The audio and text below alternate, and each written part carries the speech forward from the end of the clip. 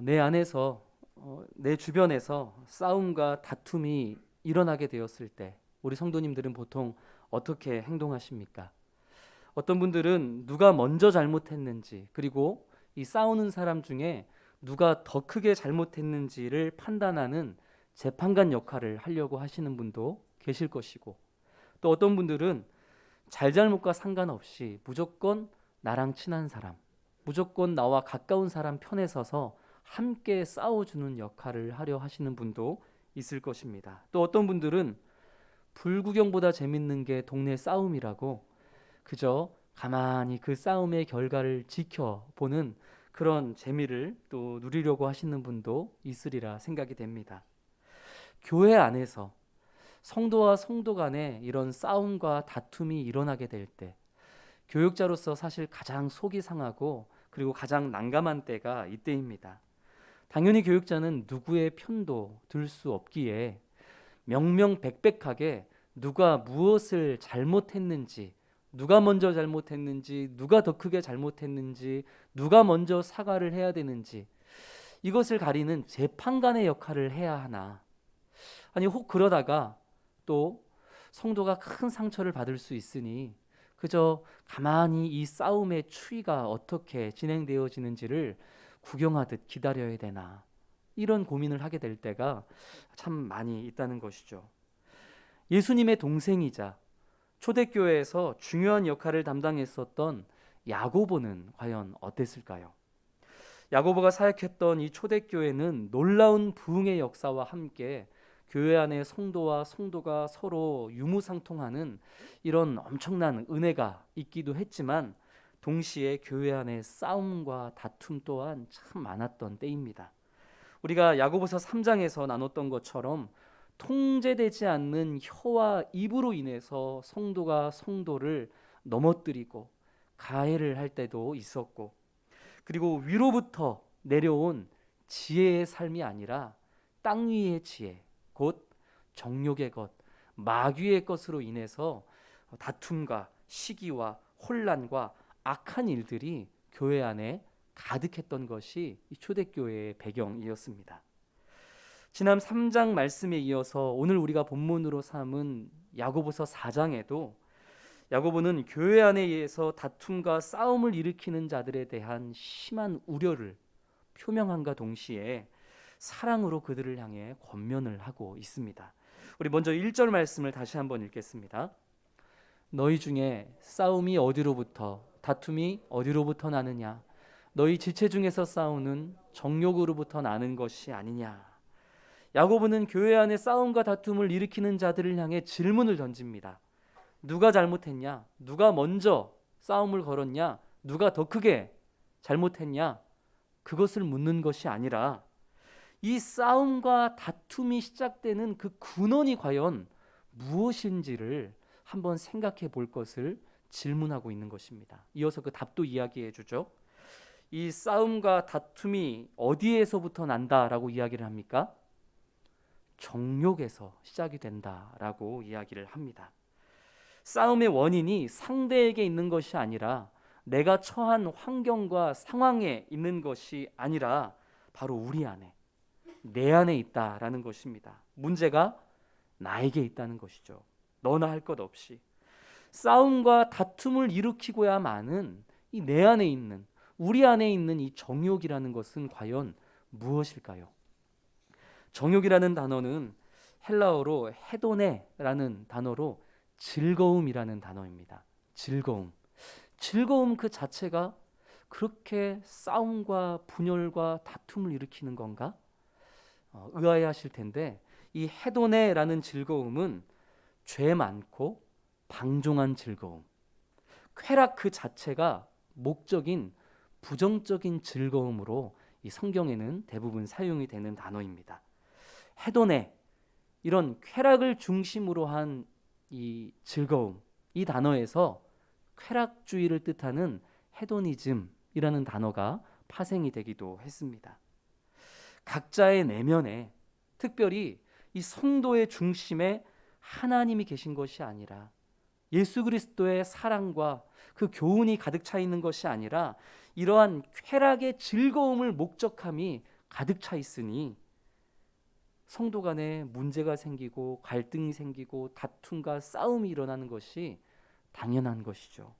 2절 3절도 우리 같이 읽겠습니다. 너희는 욕심을 내어도 얻지 못하여 살인하며 시기하여도 능히 취하지 못함으로 다투고 싸우는도다. 너희가 얻지 못함은 구하지 아니하기 때문이요 구하여도 받지 못함은 정욕으로 쓰려고 잘못 구하기 때문이라. 내 안에 있는 그 쾌락을 채우고자 하는 그 정욕으로 인해서 우리는 욕심을 냅니다. 그러나 욕심을 낸다고 해서 다 얻을 수 있는 것도 아니죠. 그리고 마찬가지로 내 안에 있는 정욕으로 인해서 남의 떡이 커 보이고 그래서 남의 것을 시기하게 됩니다. 마찬가지로 우리가 시기한다고 해서 그것을 또 다 취할 수 있는 것도 아닙니다. 그러다 보니 내 안에 있는 정욕으로 욕심도 내보지만 내 안에 있는 정욕으로 시기도 해보지만 얻지 못하니까 취하지 못하니까 분하고 억울하고 화나고 속상하고 그런 좌절된 욕망의 결과가 결국은 싸움과 다툼과 갈등으로 너무나 자연스럽게 이어지는 것이죠. 2절에서 너희가 욕심을 내어도 얻지 못해서 살인한다 이렇게 야고보가 표현을 하는데 이 살인한다 이것이 실제 초대교회 안에 살인이 일어났다라고 보기보다는 실제로 그랬을 것이다 라고 주장하는 학자들도 있지만 그러나 그렇다기보다는 이 욕망으로 인한 좌절되어진 욕망을 우리가 끝끝내 조절하지 못하면 해결하지 못하면 이런 극단적인 행위까지도 이루어질 수 있음을 우려하는 그러한 표현으로 생각하는 것이 적절해 보입니다. 지금 우리가 이야기하고 있는 이 해돈의 이 즐거움은 하나님이 없는 즐거움입니다. 즐겁기는 한데 하나님이 없는 즐거움, 하나님이 배제되어 있는 즐거움인 것이죠. 이런 쾌락과 정욕을 위한 하나님이 배제되어 있는 즐거움은 아무리 애를 써도 선한 결과가 나올 리가 없습니다. 나보다 더 좋은 것을 소유한 이들을 보면은 더 독한 시기가 일어나고 그리고 그것을 빼앗기 위한 살인과 다툼만이 초래될 뿐인 것이죠. 우리가 우리 인생 가운데에 하나님이 주시는 하나님이 기뻐하는 그 참된 즐거움을 얻지 못하는 이유, 누리지 못하는 이유가 무엇일까요? 2절 하반절과 3절에서 그 이유에 대해서 야고보는 두 가지로 아주 명확하게 이야기합니다. 첫 번째는 구하지 않기 때문이고 하나님이 기뻐하시는 그 즐거움을 우리가 기도로 구하지 않기 때문이고 구하여도 받지 못하는 것은 무엇 때문이죠? 기도하기는 해도 우리가 기도로 간구하는 그것이 정욕으로 잘못 구하는 그런 것이기 때문이다라고 야고보는 이야기합니다. 정말로 생각해 보면요, 우리는 하나님이 배제되어 있는 하나님과는 전혀 상관없는 나만의 기쁨을 위해서 나만의 쾌락을 위해서 그것을 하나님께 기도로 구할 때가 얼마나 많은지 모릅니다. 뿐만 아니라 하나님이 뻔히 싫어하실 만한 것이라는 것을 알면서도 하나님이 싫어하는 그것을 달라고 누구에게? 하나님께 기도할 때도 참 적지 않다는 것입니다. 어린 자녀가 날카로운 칼을 달라고 간구한다고 해서 그 어린 자녀의 손에 날카로운 칼을 쥐어줄 부모가 어디 있겠습니까? 마찬가지로 곧이어서 큰 싸움과 다툼과 시기와 분쟁으로 이어질 즐거움을 성도가 구하고 있는데 그것을 구한다고 그것을 성도의 손에 쥐어질 우리 하나님은 하나님이실 리가 없는 것이죠. 마태복음 6장 31절부터 33절까지 말씀은 우리가 너무나 잘 알고 있는 예수님의 말씀입니다. 무엇을 마실까? 무엇을 입을까? 무엇을 먹을까 염려하지 말라. 너희는 먼저 그의 나라와 그의 의를 구하라. 그리하면 이 모든 것을 너희에게 더하시리라. 예수님의 말씀이죠. 하나님께 무언가를 구하는 하나님께 기도하는 자리로 나아갔다. 사실 그 자체만으로도 참 귀합니다. 그러나 하나님께 무언가를 구하고 기도했음에도 불구하고 응답이 없을 때에 낭망하거나 혹은 기도를 멈출 것이 아니라 오늘 말씀을 기억하면서 혹 나의 정욕으로 인해서 하나님이 배제되어 있는 그 기쁨을 구함으로 인해서 지금 하나님께서 응답하지 않으시는 것이 아닌가, 우리는 스스로를 돌아봐야 하는 지혜가 필요합니다.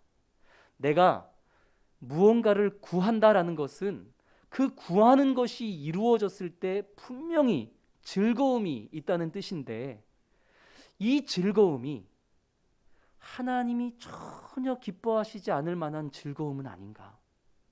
내가 지금 얻고자 그렇게 간절히 간구하고 있는 이 즐거움이 철저하게 하나님은 배제되어 있는 즐거움이 아닌가? 혹시 내가 이 잠깐의 즐거움을 얻게 됨으로 인해서 누군가와 갈등이 생기고 미움이 생기고 그리고 분열과 싸움이 일어날 만한 그런 세상의 즐거움을 지금 내가 구하는 것이 아닌가? 우리는 이것을 돌아볼 수 있어야만 한다는 것입니다. 그러면서 내가 기도로 간구하고 있었던 그 욕심이 무엇인지, 그 질투와 그 시기가 무엇인지를 이제 하나하나 발견하면서 그 발견된 것들을 제거해 나가면서, 그렇게 우리는 하나님이 배제된 즐거움이 아니라 차츰차츰 하나님이 기뻐하실 만한 그 즐거움을 하나님께 간구하는 자들이 되어질 수 있는 것입니다. 그렇게 우리는 진정한 즐거움의 원천이 되시는 하나님을 이제 깊이 누릴 수 있는 기도를 드리게 될 것이고, 그런 기도야말로 하나님께서 반드시 응답하시는 기도가 될 것입니다. 하나님이 배제되어 있는 정욕으로 인한 즐거움을 구하는 자들이 아니라 즐거움의 원천이 되시는 그 하나님이 주시는 참된 즐거움을 구하고 응답받을 수 있는 우리 모든 성도님들이 되시기를 주님의 이름으로 축복합니다. 초대교회 안에서 일어났던 이 싸움과 다툼은 우리가 생각하는 것보다 그 정도가 훨씬 심했던 것 같습니다. 4절 말씀을 같이 읽겠습니다. 가늠한 여인들아, 세상과 벗된 것이 하나님과 원수됨을 알지 못하느냐? 그런즉 누구든지 세상과 벗이 되고자 하는 자는 스스로 하나님과 원수되는 것이니라. 4절에서 야고보가 교회 안에 다툼과 싸움, 이 분열을 일으키는 자들을 향해서 가늠한 여인들아 하고 아주 센 표현을 합니다. 이 가늠한 여인들아 라고 부르는 것은 실제로 외도한 여인들을 호칭하는 것이 아닙니다. 그리스도의 신부가 된 교회가, 예수 그리스도의 신부인 성도가 남편 된 그리스도를 떠나서 다른 곳에서 즐거움을 얻고자 하는 그런 영적 상태를 지금 빗대어서 그들을 향해 가늠한 여인들아 이렇게 아주 강력하게 표현하고 있는 것입니다. 구약 성경에서도 하나님을 남편, 신랑으로, 그리고 하나님의 백성을 신부로 표현하는 것을 우리가 어렵지 않게 찾아볼 수 있습니다. 특별히 우리가 예전에 수요 예배 때 나누었던 호세아서에서도 남편 호세아와 그 남편을 계속해서 떠나는 아내 고멜, 이 사이를, 관계를 통해서 하나님과 그 하나님을 떠나는 하나님의 백성들의 모습을 또 우리가 함께 살펴보기도 했었죠.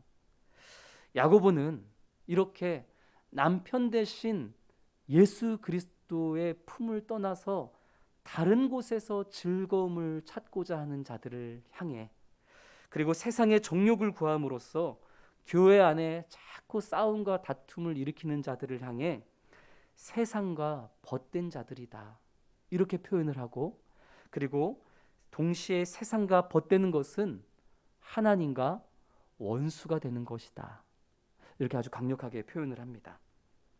이 당시에 벗이 되다라는 뜻은 영적으로 그리고 육체적으로 하나가 되고 모든 것을 공유한다 이런 뜻입니다. 세상과 벗이 된다는 것은 하나님을 버리고 하나님과 원수되는 세상과 완전히 혼연일체 연합하는 것을 뜻하는 것이죠. 지난 우리 교회 부흥회 때 강사로 오셨던 송태근 목사님께서 이 야고보서 4장 4절 말씀, 이 가늠한 여인들아로 시작되는 이 말씀을 해석하고 또 이 구절을 설교하실 때 이렇게 말씀을 하십니다.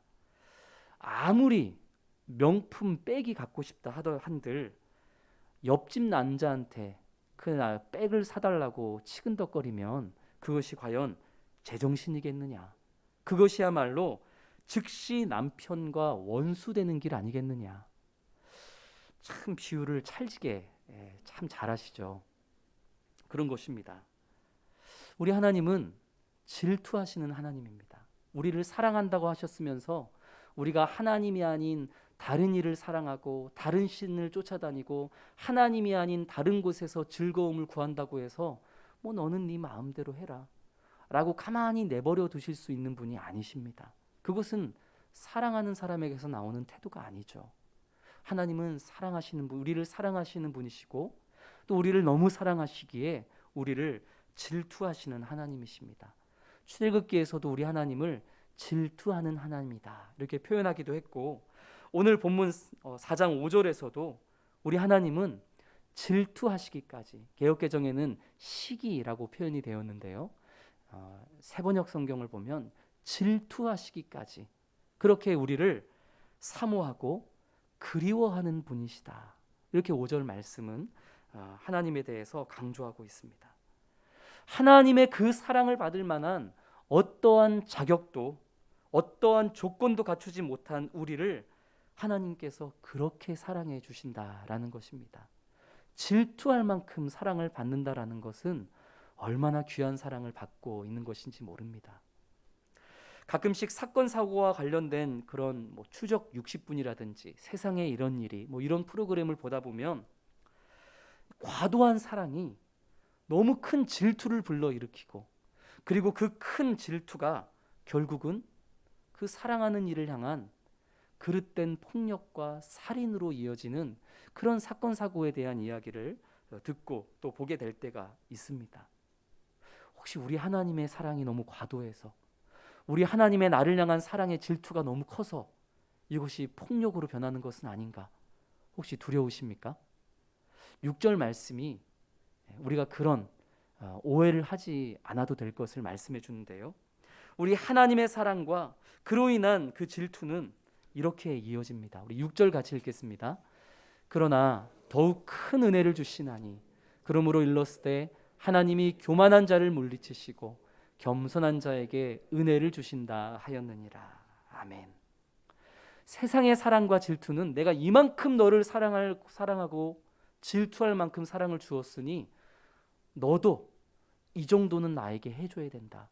그리고 그것이 이루어지지 않으면 그것이 분노와 폭력으로 바뀌는 것이 세상의 사랑입니다. 그러나 우리 하나님의 사랑과 질투는 그러한 세상의 시기와 질투, 폭력, 살인과 같은 끔찍한 결과가 아니라 오히려 더 큰 은혜로 이어진다라고 말씀합니다. 죄인된 우리가 다시 남편 되신 하나님께로 돌아올 수 있는 그 길을 마련해 주시는 은혜로 이어지고, 그리고 다시 돌아온 우리를 변함이 없는 따스한 사랑으로 맞아주시는 그 은혜로 이어진다라는 것입니다. 아무런 사랑받을 자격도 조건도 없는 우리를 하나님이 질투하실 만큼 사랑하신다는 것 그 자체가 은혜인데, 그런데 우리로 하여금 다시 하나님을 사랑할 수 있게 하시는 것 또한 참으로 표현할 수 없는 더 큰 은혜라는 것입니다. 하나님께로 돌아오는 그 은혜의 길, 그 은혜의 길이 어떤 길인지를 이제 이어지는 7절부터 10절까지 말씀을 통해 야고보는 이야기합니다. 먼저 7절에서 야고보는 하나님께 복종하라 명령합니다. 이것이 하나님의 은혜 앞으로 갈 수 있는 길인 것이죠. 하나님께 복종한다라는 것은 하나님 앞에서 종과 노예 같은 꼼짝없는 존재가 되어라 이런 뜻은 아닙니다. 물론 우리는 얼마든지 내가 하나님의 종이라 고백할 수 있는 자가 되어야 되겠죠. 그러나 이 말씀은 하나님이 언제나 선이시고 하나님이 행하시는 모든 것이 옳기에 나는 언제나 주님 한 분만으로 만족하며 오직 그분으로 인해 순종하겠노라는 그러한 고백을 말하는 것입니다. 이것이 가능하기 위해서는 하나님과 우리 사이를 이간질하는 마귀를 대적해야만 합니다. 마귀는 언제나 하나님과 우리 사이를 연합하지 못하게 갈라서게 만드는 그런 특성이 있기 때문에 우리는 하나님과 하나 되게 하지 못하는 이 마귀에게 늘 대적해야만 합니다. 마귀는 우리가 세상의 말에 귀를 닫고 하나님께만 순종하며 살아가면 마치 큰 사고라도 당할 것처럼 우리를 위협합니다. 그러나 하나님은 우리가 마귀를 대적할 때에 오히려 우리에게 큰 해를 가할 것 같았던 이 마귀가 우리를 피하리라, 피하게 될 것이다 라고 약속의 말씀을 주십니다. 마귀를 두려워하지 말고 우리가 마귀를 대적하면 마귀는 우리를 피하게 될 것이라는 하나님의 약속을 믿으며 하나님 한 분만으로 만족하고 그분의 뜻에 순종할 수 있는, 순복하고 복종할 수 있는 우리 모든 성도님들 되시기를 주님의 이름으로 축복합니다.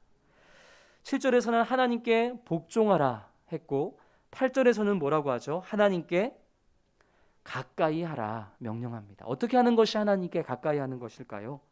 이어지는 말씀을 보니까 죄인들아 손을 깨끗이 하고 두 마음을 품은 자들아 무엇을? 마음을 성결하게 하라. 손을 깨끗이 하라라는 것은 우리의 보여지는 그런 삶, 말, 행동 이런 것들을 깨끗이 해야 된다는 뜻이고 또 마음을 깨끗이 해라라는 것은 두 마음이 아닌 오직 말씀과 기도로 하나님 한 분으로 우리의 마음을 가득히 채워야 한다는 것입니다.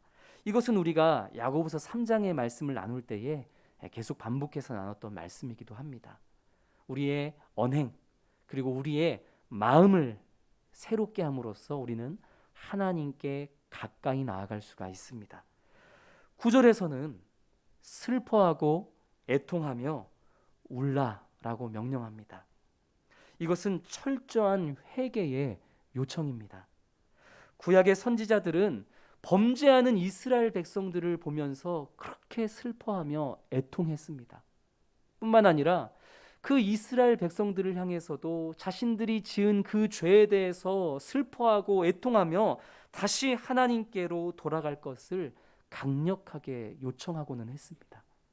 야고보 또한 지금 두 마음을 품고 그리고 남편 대신 그리스도를 떠나 다른 곳에서 즐거움을 찾고자 하는 이 정욕으로 똘똘 뭉친 마음으로 살아가는 성도들을 향해서 철저하게 자신의 죄에 대해서 슬퍼하면서 애통하면서 눈물로 하나님 앞에 회개할 것을 지금 요청하고 있는 것입니다.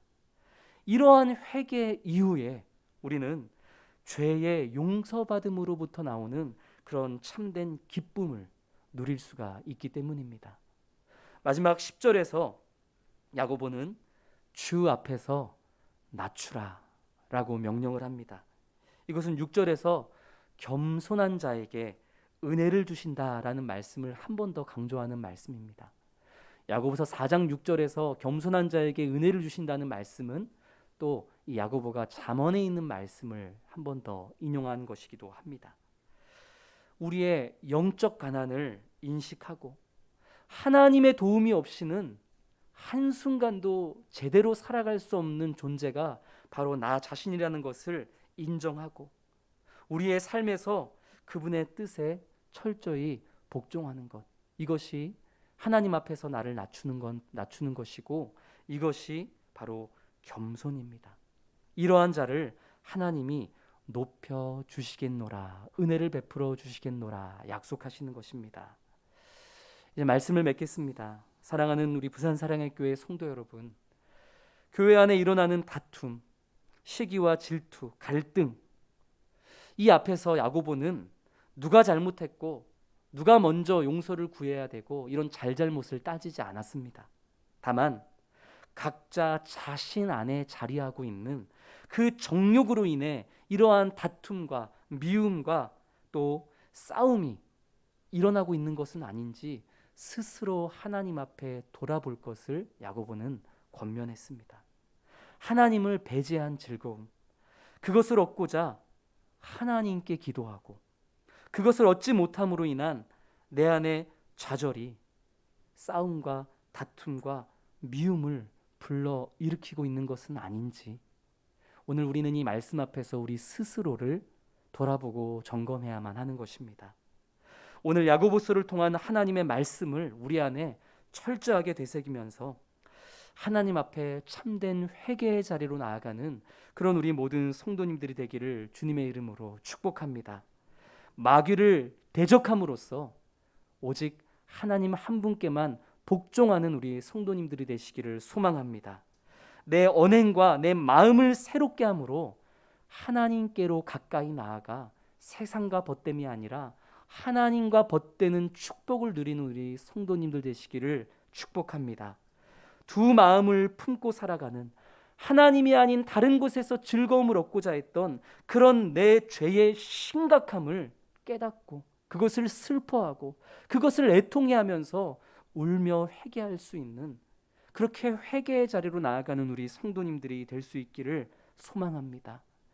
주님 앞에 낮아짐으로, 겸손해짐으로 주님이 주시는 그 참된 기쁨, 내가 낮아질 때에 나를 높여주시겠노라 하신 그 주님이 주시는 영광을 누릴 수 있는 그런 우리 모든 성도님들이 되시기를 주님의 이름으로 축복합니다.